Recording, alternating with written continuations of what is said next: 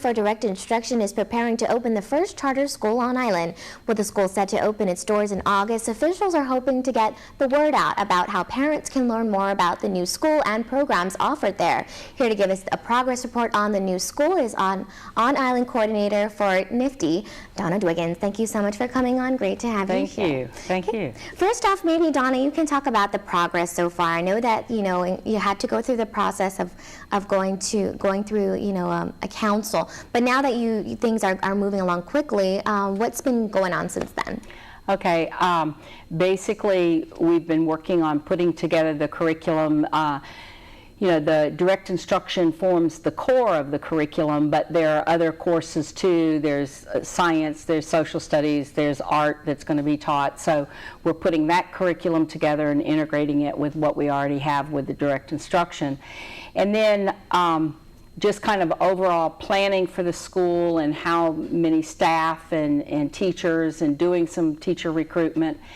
And then most recently, meeting with the Mayor's Council and scheduling. I've been following up with each one of the mayors in the various villages and scheduling meetings that we're going to kind of have our own version of March Madness, because we will be out 4 days a week, Monday, Tuesday, Wednesday, Thursday nights out in the villages, holding parent information meetings. And then on the weekends, there are several activities that are going on in the malls that we'll then be a part of. I think it's March, the middle of March, there's one at GPO, and then a little bit later there's one at Micronesia Mall, and I believe the third one is Agania Mall the first week of April.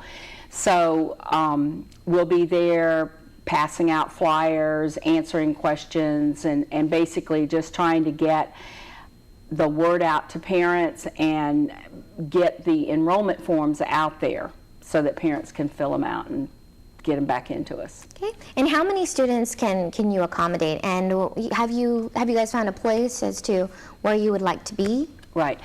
We're planning on opening kindergarten through 7th grade, and then a literacy academy. And the literacy academy is really targeting kids coming out of 8th grade, but just not ready for high school yet. They don't have the academic skills that they're going to need to be successful in high school.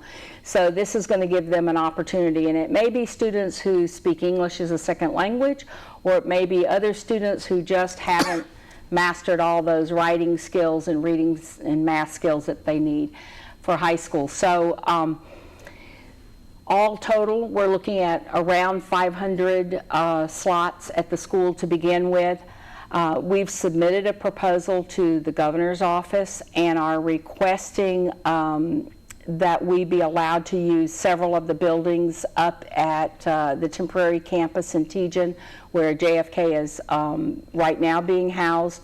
Since JFK will be moving to their new facility, we're asking the governor if we can use a portion. We know that DOE has some plans that they would also like to use it. So, we're basically submitting a proposal to request that we be allowed to share some of that facility. Will you be ready by August? Does it look like? Yes, that is our plan, that we would open at about the same time. It may not be on the exact same day, but at about the same time as the Department of Education, so that parents can kind of have that in the back of their mind. We are planning on opening this fall, and our school calendar may be slightly different, but at the same time there'll be overlap in terms of like Christmas vacation, spring break, that kind of stuff. So it makes it easier for parents if they have kids in both of the systems. And last comments, maybe you can talk about how people can contact you, and of course why they should be interested in I guess, having their kids attend the charter school. Okay. One of the things that we're really trying to accomplish with having a kindergarten through 12th grade school is to have smoother transitions from elementary into middle school into high school. So as you know, with the direct instruction model, we assess every child individually and we place them within the continuum. We place them into the curriculum based on what their skills are, right? And then we ensure that mastery learning occurs and we move them as quickly as possible. We accelerate them when we can, or if need be, we give them extra practice. So this model allows them to have a more seamless transition up into middle school and ensure that the skills that are built in elementary school, that there's a continuous